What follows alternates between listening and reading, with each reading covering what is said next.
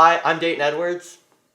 And I'm Austin Davenport. And we are the directors and DP for Joker. We're super excited for the first time ever to bring you a deep dive to one of our short films. We shot this film nearly, how long ago was this? I mean, this was April of 2021. Yeah. Is when we shot this. Yeah, we shot this guy a long time ago. But we finally released it and we're super excited to talk about it. All right. So I think we shot this first film, and it was in Franklin, right? Yeah, it was downtown Franklin is where we shot this first scene. It was a cold spring night. Very. These are all, so we actually did this. This was for our, we were in college at the time. We went to Columbia State Community College. And a lot of these guys are kind of our, like, friends that we met in that class, along with some outside people as well that, like, we had known for a while. Like, Michael was there. We ran into, like, some setup problems just because of the location itself. You know, we got the location releases that we needed to actually shoot, but when it came up that this was, like, going to be, like, a violent scene to downtown city of Franklin, they were like, oh, I don't know, we may need to send like cops or security. And we're like, no, we don't need any of that. We're gonna be super safe, don't worry. And so it really, we kept away from any boundaries that we needed to stay from. And it really, it shined a light on the pre-production that was needed to get everything together. I mean, at this first scene, I think we had probably 15 to 18 people on set. I mean, we had Crafty. You were the main director who wanted to, you know, had the first starting vision for what this needed to look like. But having you in the scene meant that you had to convey a lot of that to me. And so as we were walking through this together, you know, that was one of the things that I had to learn was what were the things that I knew that you would like in a lot of instances, or how you would say something, or how the actors would say something that you wouldn't see since you're in the scene. That was one of the things that honestly throughout the film was difficult at times, but at other times it made it a lot easier for us to bounce ideas off of one another because we were on the same wavelength. Right, so. Right.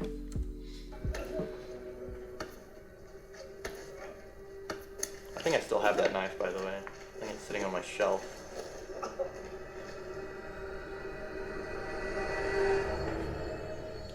Hi. I think. Mr. Wait. So. Leroy. It was. Leroy. It was behind like a jewelry store or something like that, right? Yeah, it was behind some store.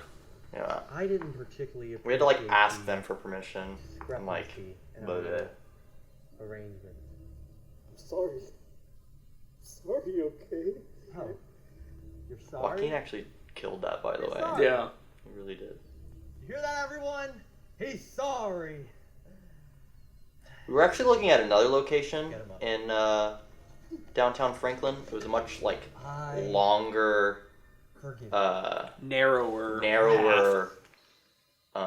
alleyway. Forgive me. But there was some reason we couldn't do it. I think it was like an actual like road that was in use. Yeah, it was an actual road that the whole thing was constantly being used by people trying to travel, you know, throughout the city. And so that was going to be a lot more difficult because we would have actually had to have had security and like shut it down, road signs blocking off the place. But at the same time, that would have gotten rid of the look of it because the narrow pathway would have had a roadblock sign at the very end of it. And so yeah, that would have been a lot more complicated. one of the things that this scene in particular was difficult for one of our camera ops, Hunter, was the fact that we had this big, you know, I think, was it the Arri Alexa? It was the Alexa Classic. So when switching lenses and doing all this stuff, when moving around with a huge camera in shots like this, where, you know, it's down on the ground and it's at a weird angle, trying to get everything set up took a lot more time than we were actually thinking it would, because, you know, we would prep, okay, let's change the lens, it'll be, you know, a 10-minute change and stuff. We'll get the Dana down there at the bottom on like 1-inch apple boxes, and when we got down there, it's like Hunter, I remember Hunter looking at me going, we need to go lower. It's like, we can't go lower. So, something that I also realized when we were filming this is like, because most of our projects have always been shot on like smaller cameras. Not to say that the cameras are bad, but like this camera we're shooting on right now is an R6. A lot of the time we shot on our Blackmagic, which is like this big, and we'll put a lens on it, and they look great, like they do. But obviously, like as you scale up your cameras and like you have to scale, like everything scales. So if you have a larger camera, the setup time is going to take longer. You know what I mean? And like you have to move bigger tripods. You have to have a big Dana dolly now. And so like everything just kind of scales as it's not as simple as like we have a nicer big camera now, but you know, oh, it's only going to take us like a little bit to change lenses. No, now you have to remove the matte box. Now you have to take off follow focus or whatever you have rigged up to it. So it's like everything just kind of slowly scales up and makes things take longer. You're sorry. You hear that, everyone? He's sorry. Get him up. That was actually we didn't, in this shot right here, we never got him actually rising into frame. So we actually kind of hold on this little shot right here. A little longer than natural. You kind of rise up, and now we're just kind of like staring for a second to make this feel a little more natural because we never got him actually rising into frame. Yep. Forgive me. Also, that sound was not added in post. That little whoosh, that was, I guess, just my hand like hit the mic or something, but it sounded perfect, so we just kept it.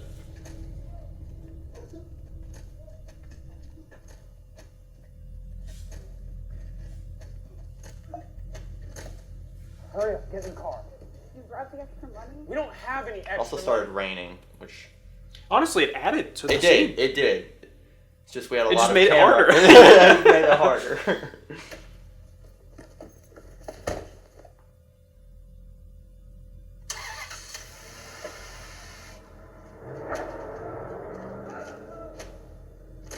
Well, the Alexa does look so good, though. It really does. So that was the end of our first scene. I would have definitely allotted, once again, kind of going back to the time thing, definitely would have allotted more time for setup changes. Because like I said, you know, we've kind of been in this mindset of, oh, it won't take that long. We just got to like move the camera over there.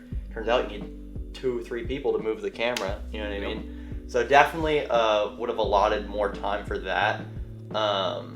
Also something, and this isn't like, you know, this is more of an acting thing, and I'm not an actor. But I really wish, like, looking back on it, and this is also something like I'm trying to apply to everything, is I want things to feel more in the moment and more lively and less like this happens, if that makes sense. Like this whole thing kind of feels like I don't know how to explain it, but like we kind of go like, okay, he's waiting, and now he's walking over, and then, you know, also once again, I also think it's part of like, you know, just acting, and like, you know, if you have great actors in here, then, you know, they could probably help with the scene a lot. But and I think we'll notice it even more as we go into the next scene, because I actually really enjoyed how this first scene kind of played out. I think pacing wise, it's pretty good. I think it looks good. I do think it kind of starts to fall a little bit as we enter into the Shell Station scene. Just there's a lot more moving parts, a lot more things going on. We were a lot more like, you know, we had way more to shoot, and, you know, it's just, and not a lot of time. Like, we had like one night to shoot the entirety. Yeah, I'm super proud of both of these scenes. I'm really proud of this scene coming up, but I just wanted to ask, you know, just to see, because there has been a lot of time that has passed since shooting this, so there's a lot of differences in how, you know, looking at this from an editing perspective, and so there are now tools that I know of that could have assisted in making our audio sound way better, you know, than it actually was. Yeah, and just assisting it and actually, you know, getting rid of all distractions to where the audience is completely engaged the whole time.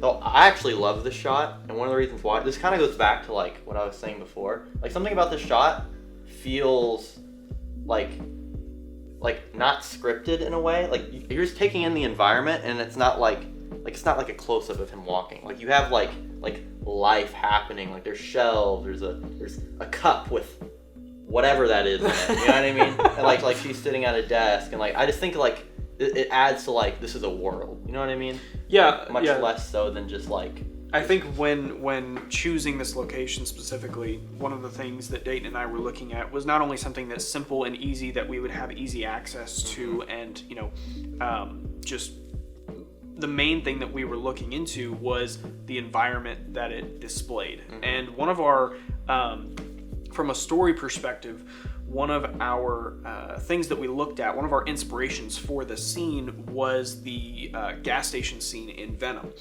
And that scene, that feeling, it conveyed a feeling through, you know, what we're about to listen to with their dialogue and stuff. We wanted to create this emotion of unsettling yet comfortable. And we wanted that to immediately hit you as soon as you got into the scene because you wanted the tension to rise. And so I think our location-wise really added to the story. Yeah, we went to all the gas stations here in Fairview actually, and this one kind of just fit the vibe the best. It also had these like beautiful like overhead lighting throughout the whole gas station. We didn't really have to do a whole lot with lighting, like the entire night really, because it's like everything was super like soft and even across everything, casted nice shadows, like it all kind of worked out. And so both for like story purposes and like lighting purposes, like the layout just really worked for us. Definitely.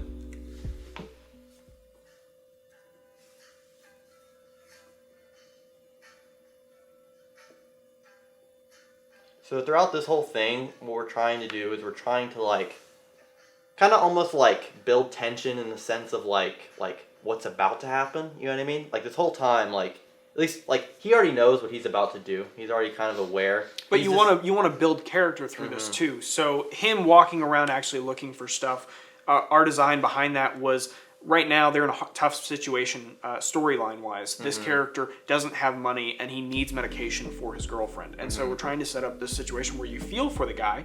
And so you don't want him to have any evil in his heart. Right. He's doing it for what he thinks and what he believes is a good reason, which we'll see later on. But, yeah. You know, these shots in the beginning do help convey that emotion. So yeah, and like, you know, something I probably would have changed, you know, given time and, you know, hindsight is everything. I would have loved to ask him to have been a little bit less focused on things. Like, I would have loved to see a couple glances at the clerk, you know what I mean? Kind of showing there's like another underlying thought in his brain that's not, because, I mean, you're definitely giving space to breathe and like you're kind of allowing the audience to like, ooh, what's about to happen? But it almost seems like he's actually shopping in a way. So I'm not, you know, that's probably something I would have changed is his performance a little bit, give it a little bit more, like, there's another thought planted in his brain. right, yeah. Now, you do get it from her a little bit, which is, you know, why we cut back to her, is to kind of be like, what is he doing? And it's kind of giving this uneasiness. Yeah. But I would have loved to try to pull that more out of Kane.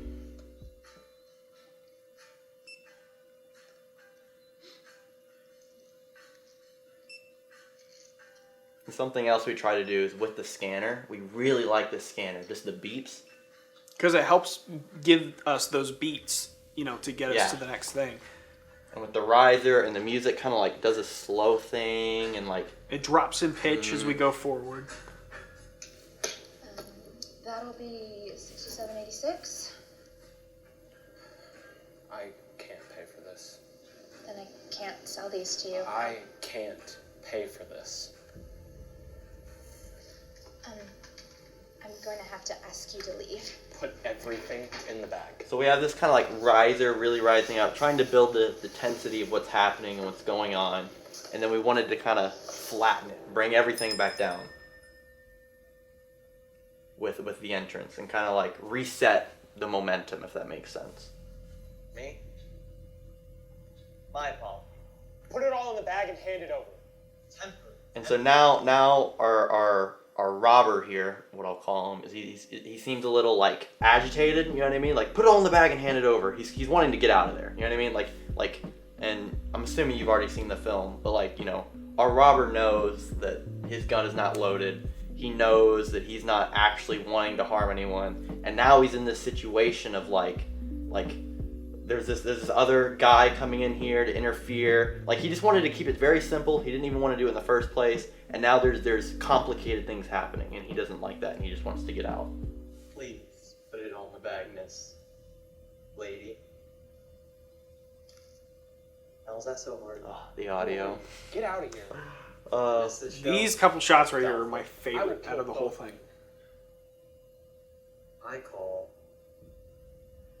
your bluff.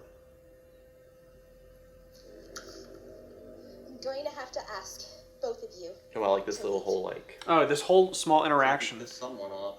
I do love that shot. That's So a good. very pretty necklace you have on there. Has anyone ever taught you how to use a gun before? You want to aim for the chest in a situation like this.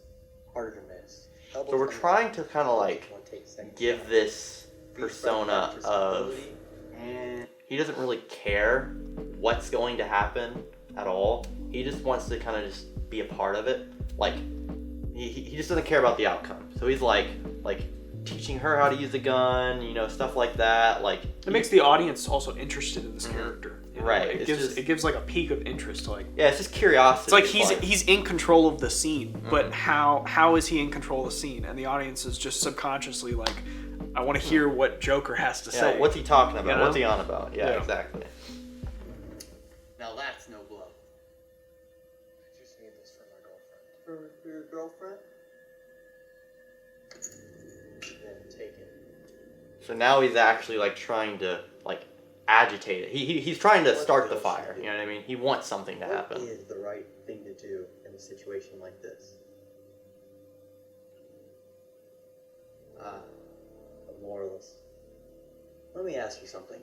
Who is the person in this photo? Give So it back. basically, he's just trying to tap into emotion a little bit, and also just like the whole kind of theme of this film is like Give it back. kind of just playing with the idea of more like morality because it can be different for everybody, and so you know it's trying to kind of gauge like, well, what's your moral beliefs? Well, what's your moral beliefs? Right? What happens if your morals and my morals aren't the exact same? Right? Who's bad? And so that's kind of what this whole thing is playing with. I guess you could say the world doesn't revolve around you. Funny No pun. bullets, Mm-hmm. no threats. Love that shot. Simply someone trying to save his girlfriend.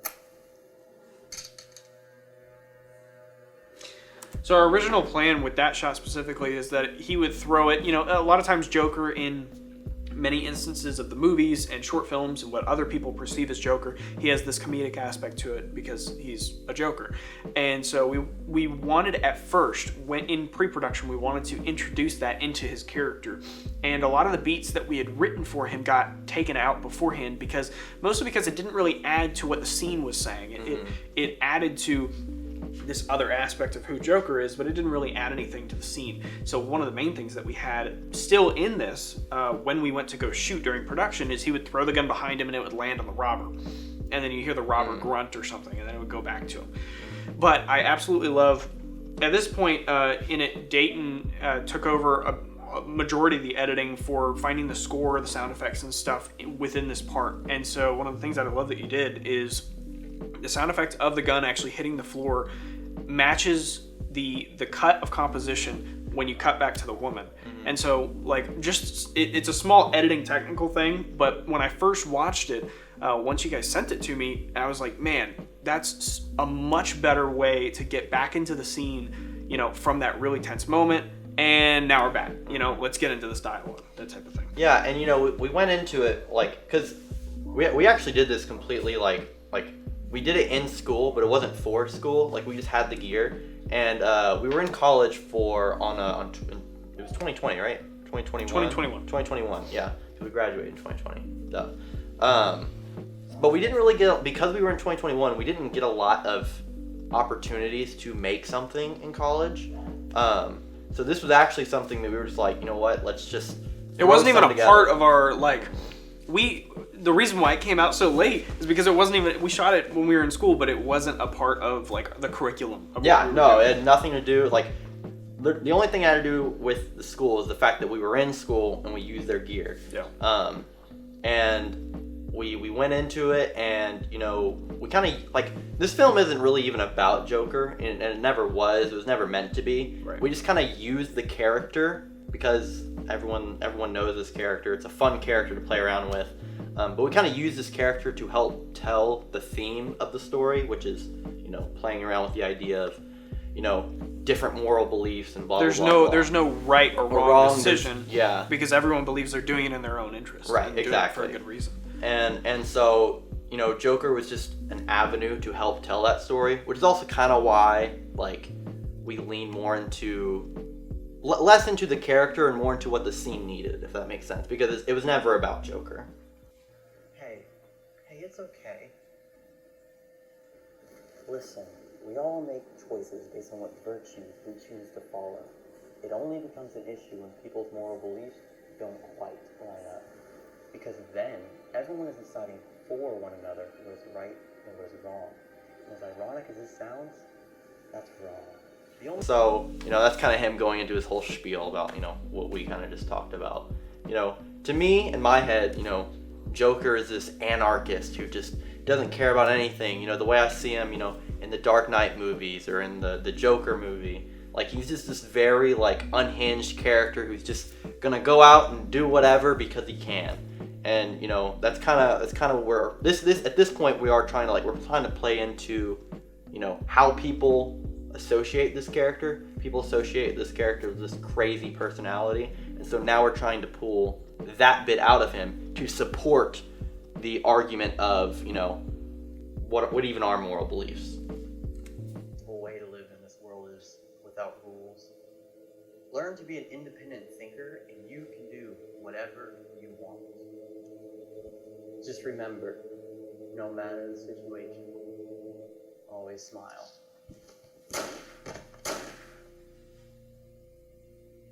And so, you know, having him kill her and then shoot the guy in, which, by the way, this is a mistake on our end on multiple things. So first of all, the guy, the robber, who was actually supposed to still be alive, whenever the clerk shoots the robber was still supposed to be alive.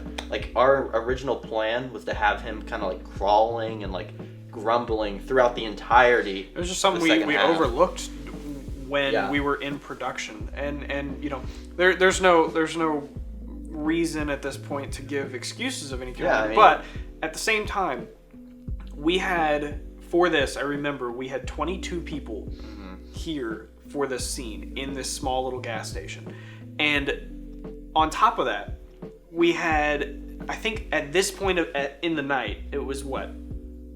3 o'clock in the morning. Like 3 a.m. We ended this. We got there at like 5 p.m. And we ended at 4 a.m. Yeah, we started like right around, like just before dark, because I remember we had to flag. We started before they closed. Yeah. So actually, within this scene, there were times where we would start a take. We'd get everybody ready. Everybody's good to go. Sound, speed, camera rolling. Let's go. Slate, get in there. And then somebody would walk in and be like, "I want to buy something." And like they come in and they see like 20 people and like, I'm in Joker makeup. They were super. And that was one of the things.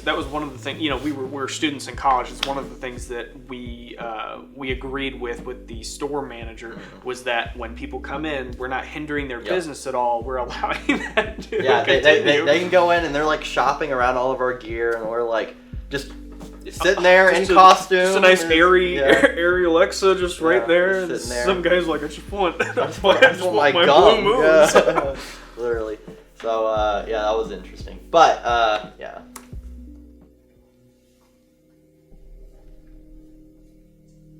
So this also just kind of like, to me, like, looking at all these things, you know, at the end, we're kind of just trying to show that, like, there's chaos wherever he goes. And, you know, looking back, you know, once again, back at kind of this scene where, you know, he shoots her and him again. Once again, he was supposed to be crawling the whole time, and then that was supposed to be the final blow. Like, he kills her, turns around, and finishes him off. Obviously, we didn't, you know, do the thing with him. But it's just also kind of like to show that he didn't care what the outcome was. He just wanted crazy stuff to happen. Yeah. Like, he just wanted things to happen, and he wanted to be involved, and he didn't care what happened. Like, he just wanted something. And then, yeah. For each one of these scenes, we actually mapped out in a software program online. We mapped out the entire scene and set up cameras within those scenes, set up lights within those scenes, and would walk through every single shot. I mean, there was a night that Dayton and I stayed up probably till 1 or 2 in the morning, and we were going through, you know, all the different shots, walking through one by one. and it's very cool that the software that we were using allowed us to have dollies and have camera movements to where we could really visualize what each shot was going to look like. Now, we in a technical aspect, I think our pre-production was really good. And I think looking back on this, one of the things that I would have changed was our pre-production on our story and taking this story to more people to have them help us find things that we were, tunnel visioned on and not able to see. And now I really understand after having this experience why writing not only takes so long, but you need a lot of peer-reviewed. You need a lot of people to help to make you sure get the everything story to lands. the right place. Yeah. Also, funny story. Me and Hunter, we finished the scene. We packed up, and then we all. You might know this. I think you do. Something know about. Yeah, go ahead and say it. I'm pretty sure. So basically, Hunter, who was our camera operator, And our colorist. Yes, did a great job. Yes, awesome job. We packed up. Everyone went home. Great, fine, dandy. I live this way. Hunter lives that way. He lives like an hour away. Like, he lives pretty far away. But I'm on my way home. I get all the way home, and like I'm getting ready to get in the shower and stuff, like to wash off all the makeup.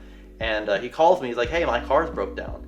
And I'm like, "Okay." So he asked me if I had I think he had ran out of oil or something, and I just he asked me, do you have this type of oil? And I was like, "Oh yeah, actually I just found this type of oil." So anyway, they grabbed the oil, run it to him. I'm still in makeup, I want to get him home, so I didn't hop in the shower. I literally just got in my car, drove to help him out. He has all the gear in his car, all the gear and stuff is in his car. Hundreds of thousands of dollars worth of gear in his car. Yeah. So we bring it to. I bring him the oil and all that stuff, but it was only enough to get him back to my house. He couldn't drive home. And then, so we all go back to my house, and on the way home, we had joked about it, but obviously we weren't serious. But on the way home, I actually get pulled over in full Joker makeup. I think I have the video on my phone. If we do, I'll throw it up. But I just get pulled over in full-blown Joker makeup, and they didn't say anything. They walked up to me. That's and crazy. They just ran. They're like, "Hey, your tail light's out." I'm like, "Okay, thanks, I guess." On the inside, they're like, "What the heck is this guy doing?" Yeah, so that was pretty crazy. And then Hunter and I just stayed up literally all night until Walmart opened the next day, and then he went and got some oil. I didn't know that went part. home. Yeah, we just sat in my room and until because Walmart didn't open until 5 a.m. or something, 5 or 6, and we're like, well, it's already 4. Yeah. So might as well just stay up the next 2 hours, and then we'll go get him oil and he can go home. So that was a pretty crazy. I think that is our deep dive. If you have any questions, you can feel free to comment on the video, and we'll answer them. To this day, this is one of my favorite projects that we've worked on. It was a fun set. It was a fun set. Fun experience to have people around you. Everybody, knew the gist of what we were doing, and so it's like having a lot of like-minded people in the same room trying to accomplish one goal. Mm-hmm. It was a great situation. Props to our actors, props to our crew that was there. It was awesome. Yeah. Well, thank you guys so much, and we'll see you guys in the next deep dive.